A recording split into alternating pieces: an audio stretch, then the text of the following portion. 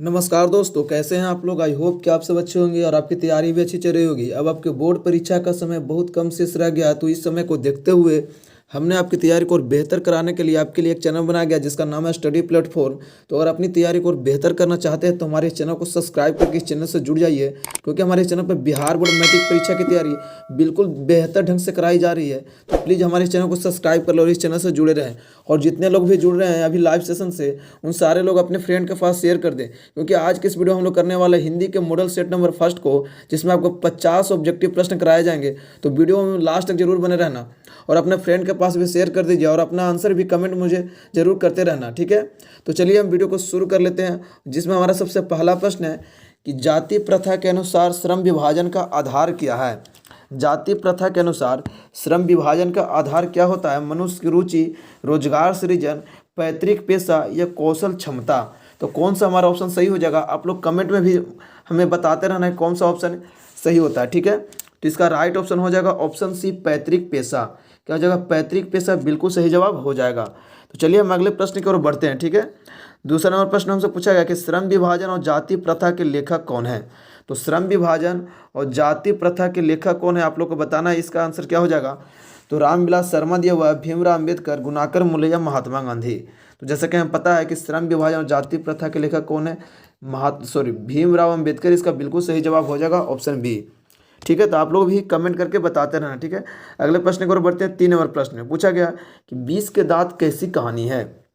तो 20 के दांत कैसी कहानी है, सामाजिक, ऐतिहासिक, धार्मिक या मनोवैज्ञानिक। तो कौन सा हमारा सही ऑप्शन हो जाएगा, तो हमारा ऑप्शन डी बिल्कुल सही जवाब दिया हुआ है, मनोवैज्ञानिक। 20 के दांत है जो मनोवैज्ञानिक कहानी है। चलिए हम अगले प्रश्न की ओर बढ़ते हैं, 4 नंबर प्रश्न की ओर, ठीक है। जिसमें हमसे पूछा गया है कि कासू ने मदन के कितने दांत तोड़ डाले। कासू ने मदन के कितने दांत तोड़ डाले थे, तो हमें बताना है 3, 1, 2 या 4। तो राइट ऑप्शन हमारा हो जाएगा ऑप्शन सी, 2। कासू ने मदन को 2 दांत तोड़ डाले थे, ठीक है। तो चलिए हम अगले प्रश्न की ओर बढ़ते हैं। 5 नंबर प्रश्न पूछा गया है कि भारत कहाँ बसता है।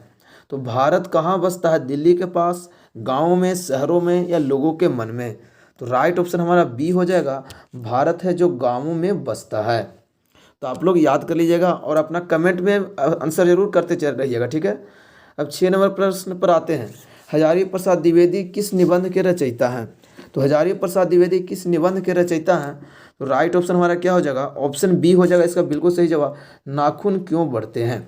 नाखून क्यों बढ़ते हैं का रचयिता कौन है, तो हजारी प्रसाद द्विवेदी हो जाएगा इसका बिल्कुल सही जवाब। चलिए हम अगले प्रश्न की ओर बढ़ते हैं, जिसमें 7 नंबर प्रश्न पूछा कि हिरोशिमा कहाँ अवस्थित है। तो हिरोशिमा कहाँ अवस्थित है, चीन में, जर्मनी में, नेपाल में या जापान में। तो राइट ऑप्शन हमारा डी हो जाएगा, हिरोशिमा है जो जापान में अवस्थित है, ठीक है। तो चलिए हम अगले प्रश्न की ओर बढ़ते हैं, आप लोग याद करते चलिएगा, ठीक है। 8 नंबर प्रश्न पूछा है कि हिंदी भाषा की लिपि क्या है।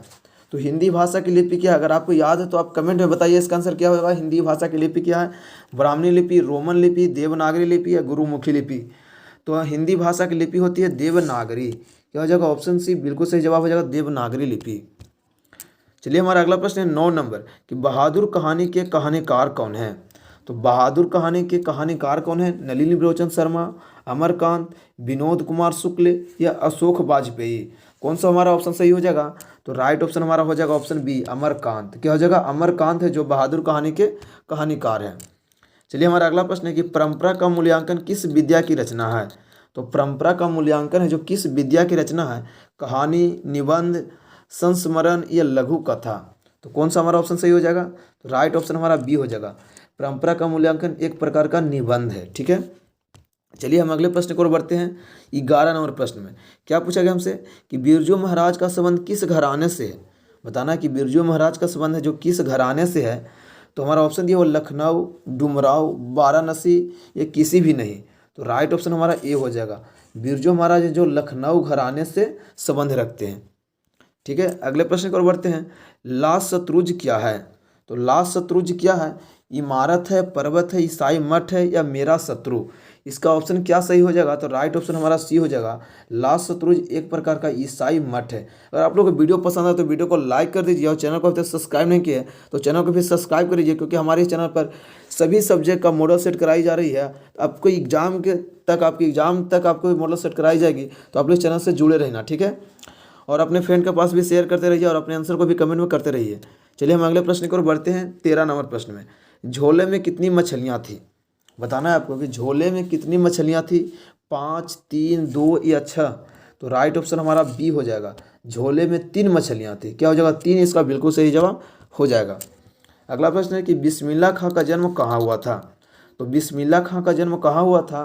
काशी में, दिल्ली में, डुमरांव में या पटना में? तो बिस्मिल्लाह खां का जन्म हुआ था, ऑप्शन सी इसका बिल्कुल सही जवाब हो जाएगा, डुमरांव में। क्या हो जाएगा? डुमरांव में बिस्मिल्लाह खां का जन्म हुआ था। चलिए हमारा अगला प्रश्न है कि गांधी जी सबसे बढ़िया शिक्षा किसे कहते हैं? तो गांधी जी सबसे बढ़िया शिक्षा किसे कहते हैं? हमारा ऑप्शन दिया हुआ है, अहिंसक प्रतिरोध को, हिंसक प्रतिरोध को, प्रारंभिक शिक्षा को, या इनमें से कोई नहीं। तो राइट ऑप्शन हमारा ए हो जाएगा, अहिंसक प्रतिरोध को गांधी जी सबसे बढ़िया शिक्षा कहते हैं। तो चलिए हम अगले प्रश्न की ओर बढ़ते हैं। 16 नंबर प्रश्न में, जिसमें हमसे पूछा गया है कि सिख धर्म के प्रवर्तक कौन थे? तो सिख धर्म के प्रवर्तक कौन थे? बंदा बैरागी, गुरु नानक, अर्जुन देव या गुरु गोविंद सिंह? तो क्या इसका राइट ऑप्शन हो जाएगा? हमें ऑप्शन कमेंट में ऑप्शन इसका बताइए, कौन सा सही इसका ऑप्शन दिया हुआ है। तो राइट ऑप्शन हमारा ऑप्शन बी हो जाएगा, गुरु नानक थे जो सिख धर्म के प्रवर्तक थे। तो चलिए हमारा अगला प्रश्न है कि गुरु नानक किस भक्ति धारा के कवि हैं? तो गुरु नानक है जो किस भक्ति धारा के कवि हैं? तो सगुण, निर्गुण या बहुगुण या इनमें से कोई नहीं। तो राइट ऑप्शन हमारा बी हो जाएगा, निर्गुण धारा के कवि हैं गुरु नानक।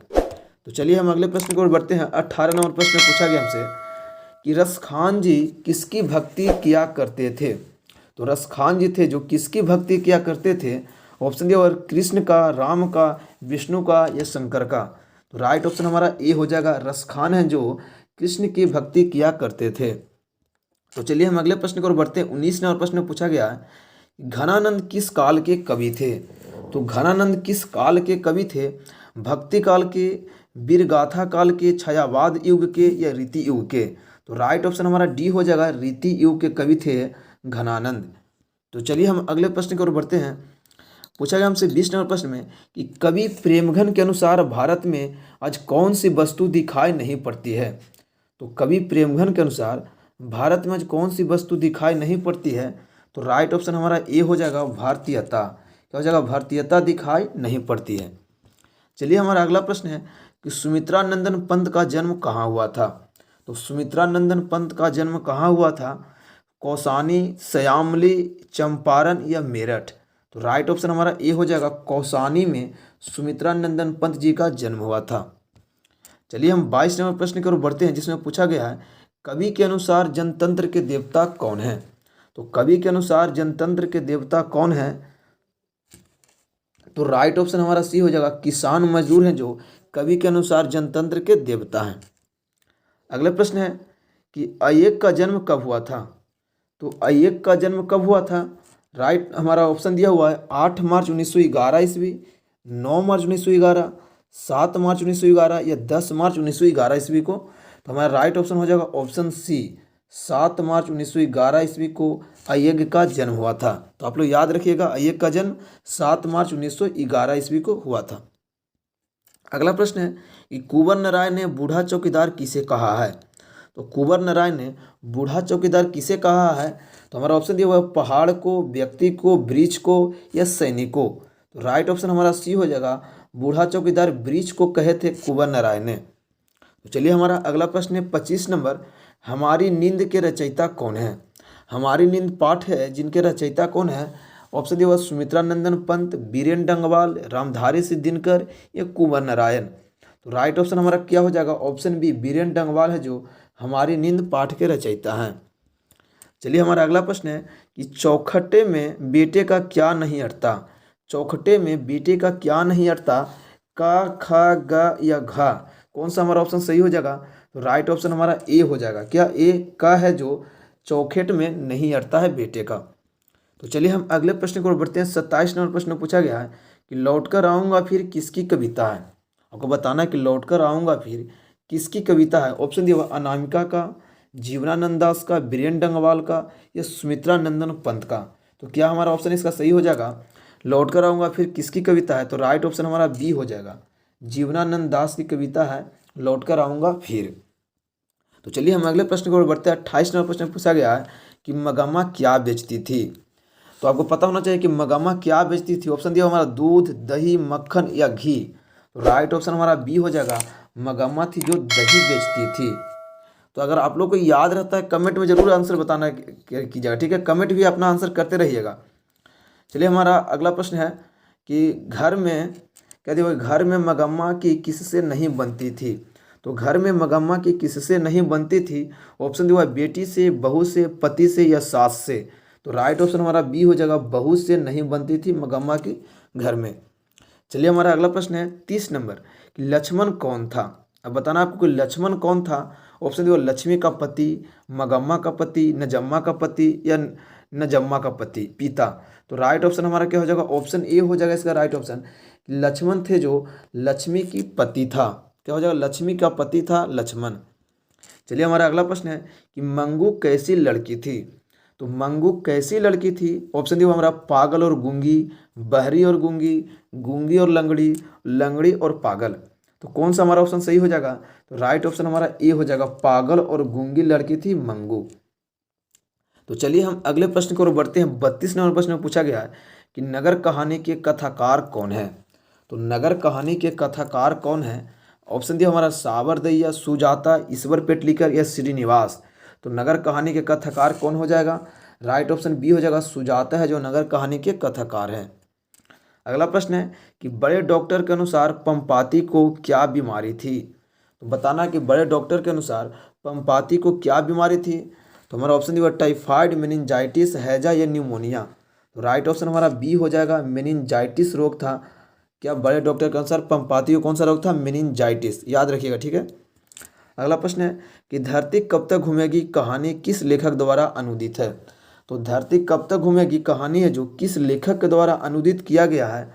तो हमारा ऑप्शन दिया है गोपाल दास नागर, सावरदैया या के.एम. जमुना या राजेंद्र प्रसाद।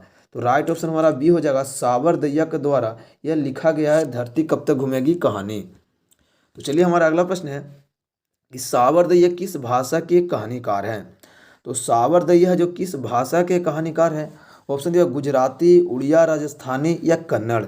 तो राइट ऑप्शन हमारा सी हो जाएगा, सावरदैया जो राजस्थानी भाषा के कहानीकार हैं। चलिए हमारा 36 नंबर प्रश्न पूछा गया कि स्वर के कितने भेद हैं। तो स्वर के कितने भेद हैं। ऑप्शन दिया 2, 8, 3 या 6। तो राइट ऑप्शन हमारा बी हो जाएगा, स्वर के 8 भेद होते हैं। तो चलिए हमारा अगला प्रश्न है कि ईमानदारी सर्वोत्तम नीति है, इस वाक्य में ईमानदारी कौन सी संज्ञा है। ईमानदारी सर्वोत्तम नीति है, इस वाक्य में ईमानदारी कौन सी संज्ञा है। तो राइट ऑप्शन हमारा सी हो जाएगा, भाववाचक संज्ञा। क्या हो जाएगा, भाववाचक संज्ञा। चलिए हमारा अगला प्रश्न है 38 नंबर कि हमें अपना काम अपने आप करना चाहिए। क्या दिया हुआ हमारा प्रश्न में कह रहा है कि हमें अपना काम अपने आप करना चाहिए, इस वाक्य में अपने आप कौन सा संज्ञा है। तो अपने आप कौन सा सर्वनाम है, ठीक है, सर्वनाम बताना है। तो कौन सा सर्वनाम हो जाएगा, निजवाचक, पुरुषवाचक, प्रश्नवाचक या संबंधवाचक। तो राइट ऑप्शन हमारा ए हो जाएगा, अपने आप है जो एक निजवाचक सर्वनाम होता है। क्या होता है, अगर अपने आप पूछे कि कौन सा सर्वनाम है तो यह निजवाचक सर्वनाम हो जाएगा अपने आप, ठीक है, याद रखिएगा। चलिए हमारा अगला प्रश्न है कि आदरणीय गुरुओं ने मुझे आशीर्वाद दिया। क्या है, आदरणीय गुरुओं ने मुझे आशीर्वाद दिया, इस वाक्य में विशेषण पद चुने। तो विशेषण क्या इसमें है, मुझे, आशीर्वाद, आदरणीय या गुरुओं। तो राइट ऑप्शन हमारा सी हो जाएगा, आदरणीय है जो यहाँ पर विशेषण हो जाएगा। चलिए हमारा अगला प्रश्न है 40 नंबर, जिसमें पूछा गया हमसे कि मैंने पूरी किताब पढ़ ली। अब बता रहे कि मैंने पूरी किताब पढ़ ली, इस वाक्य में ली है कैसी क्रिया। तो ली बताना है कि कैसी क्रिया है। तो राइट ऑप्शन हमारा क्या हो जाएगा, सी। क्या हो जाएगा, सहायक क्रिया है। ये ली जो दिया हुआ ना एक कैसी क्रिया, तो सहायक क्रिया हो जाएगी। तो चलिए हम अगले प्रश्न की ओर बढ़ते हैं, जिसमें से पूछा गया जो सभी प्रश्न आगे जो भी आएंगे वो सभी प्रश्न व्याकरण से होंगे, क्योंकि आपके एग्जाम में व्याकरण के भी प्रश्न आते हैं। तो आप लोग को व्याकरण का भी जैसे आपको एग्जाम आता है उसी तरह से आपको भी मॉडल सेट बनाया गया है, बिल्कुल आपके एग्जाम के पैटर्न पर, ठीक है। तो आप लोग पूरे मॉडल सेट को, जितने भी मॉडल सेट कराएंगे आपको एग्जाम तक देखते रहना, ठीक है। आप लोग अपना स्कोर भी कमेंट करते रहना कितना मेरा सही होता है, और आप लोग मॉडल से डेली लगाते रहिए, ठीक है। पूछा गया हमसे कि मोहन सो गया, इस वाक्य का भूतकाल कौन सा वाक्य होगा। मोहन सो गया, इस वाक्य का भूतकाल कौन सा वाक्य होगा। तो हमारा ऑप्शन दिया मोहन सोएगा, मोहन सो रहा है या मोहन सो चुका है, इनमें से कोई नहीं। तो राइट ऑप्शन हमारा सी हो जाएगा, मोहन सो चुका है, ये बिल्कुल भूतकाल हो जाएगा। चलिए हमारा अगला प्रश्न है कि मुख्यमंत्री ने छात्राओं को साइकिल दी। क्या है, मुख्यमंत्री ने छात्राओं को साइकिल दी, यहाँ को कौन सा कारक है। अब यहाँ बताना कि यहाँ को है जो कौन सा कारक है, ये को जो दिया हुआ ना यहाँ पर जो कौन सा कारक हो जाएगा, तो हमारा राइट ऑप्शन क्या हो जाएगा, ऑप्शन हमारा ए बिल्कुल सही जवाब है, संप्रदान। या संप्रदान कारक में होता है को, होता है संप्रदान कारक, तो आप लोग याद रखिए। अगला प्रश्न है कि गीता खिल रही है, कौन सा वाक्य है। गीता खिल रही है कौन सा वाक्य है, सरल वाक्य, संयुक्त वाक्य, मिश्र वाक्य, इनमें से कोई नहीं। तो गीता खिल रही है ये बिल्कुल एक सरल वाक्य है, ऑप्शन ए इसका बिल्कुल सही जवाब हो जाएगा। अगला प्रश्न है कि हिमालय का संधि विच्छेद क्या होता है। तो आप लोग को याद रखना हो कि हिमालय का संधि विच्छेद क्या होता है, तो राइट ऑप्शन हमारा बी हो जाएगा, हिम जोड़ आले। क्या हो जाएगा, हिम जोड़ आले होता है हिमालय का संधि विच्छेद। अगला प्रश्न है 45 नंबर की जन्माष्टमी का संधि विच्छेद क्या होगा। अब जन्माष्टमी का संधि विच्छेद करना है तो क्या हमारा ऑप्शन हो जाएगा, हमारा ऑप्शन दिया हुआ जन्माष्टमी, जन्म प्लस अष्टमी, या जन्मा प्लस अष्टमी, या जन्म प्लस षष्टमी। तो हमारा राइट ऑप्शन हो जाएगा ऑप्शन बी, क्या हो जाएगा, जन्म प्लस अष्टमी होता है जन्माष्टमी का संधि विच्छेद। अगला 46 नंबर के बुढ़ापा में कौन सा उपसर्ग है। बताना कि बुढ़ापा में कौन सा उपसर्ग है, पा, अपा या आपा या अप। तो हमारा सही जवाब हो जाएगा बुढ़ापा में पा उपसर्ग होता है, ऑप्शन ए इसका बिल्कुल सही जवाब हो जाएगा। अगला प्रश्न है कि दिखावट में कौन सा प्रत्यय है। तो दिखावट में कौन सा प्रत्यय हो जाएगा, तो हमारा राइट ऑप्शन हो जाएगा ऑप्शन सी, दिखावट में आवट प्रत्यय होता है, बिल्कुल सही जवाब हो जाएगा आवट। अगला प्रश्न है 48 नंबर कि राजा रानी में कौन सा समास है। तो राजा रानी में कौन सा समास हो जाएगा, जैसे कि दोनों पद इसमें प्रधान दिया हुआ राजा और रानी, तो कौन सा समास होता है, जैसे ऐसे रहता है तो द्वंद्व समास, जैसे राजा रानी, जैसे और लोटा डोरी, भाई बहन, माता पिता, ये सब क्या हो जाते हैं, द्वंद्व समास होते हैं। तो आप लोग याद रखिएगा, ठीक है। अगला प्रश्न है कि कपटी मित्र मुहावरे का अर्थ क्या होता है। कपटी मित्र मुहावरे का अर्थ बताना है कि अकेले जमाने का आदमी, गुदड़ी का लाल होना, या आस्तीन का सांप, या गांठ का पूरा। तो राइट ऑप्शन हमारा सी हो जाएगा, आस्तीन का सांप। कपटी मित्र का क्या हो जाएगा अर्थ, आस्तीन का सांप। चलिए हमारा अगला प्रश्न है जो इस वीडियो का लास्ट प्रश्न है, 50 नंबर प्रश्न, क्योंकि आपके एग्जाम में भी 50 प्रश्न ही पूछे जाते हैं। ऐसे 100 प्रश्न रहता है लेकिन आपको 50 प्रश्न का ही जवाब देना होता है। जिस तरह से आपके एग्जाम का पैटर्न होता है उसी तरह से आपको मॉडल सेट का भी पैटर्न बनाया गया है। लास्ट प्रश्न को चलिए कर लेते हैं कि लोहे के चने चबाना मुहावरे का अर्थ क्या होता है। तो लोहे के चने चबाना का मुहावरे का अर्थ क्या होता है, कठिन परिश्रम करना, लोहे के चने नहीं होते हैं, लोहे नहीं कहीं चबाया जाता है, या इनमें से कोई नहीं। तो राइट ऑप्शन हमारा ए हो जाएगा, क्या हो जाएगा, ए, कठिन परिश्रम करना। लोहे का चना चबाना मतलब कठिन परिश्रम करना। तो आशा करता हूं दोस्तों कि इन सारे प्रश्नों को आप लोग अच्छे से याद कर लिए होंगे। और अगर वीडियो पसंद है तो वीडियो को लाइक कर दीजिए, और चैनल को अभी तक सब्सक्राइब नहीं किया तो चैनल को भी सब्सक्राइब कर लीजिए, क्योंकि हमारे चैनल पर सभी सब्जेक्ट का मॉडल प्रैक्टिस सेट कराई जा रही है। तो आप लोग इस चैनल को सब्सक्राइब करके इस चैनल से जुड़ जाए और डेली अपना मॉडल सेट प्रैक्टिस सेट लगाते रहें, ठीक है।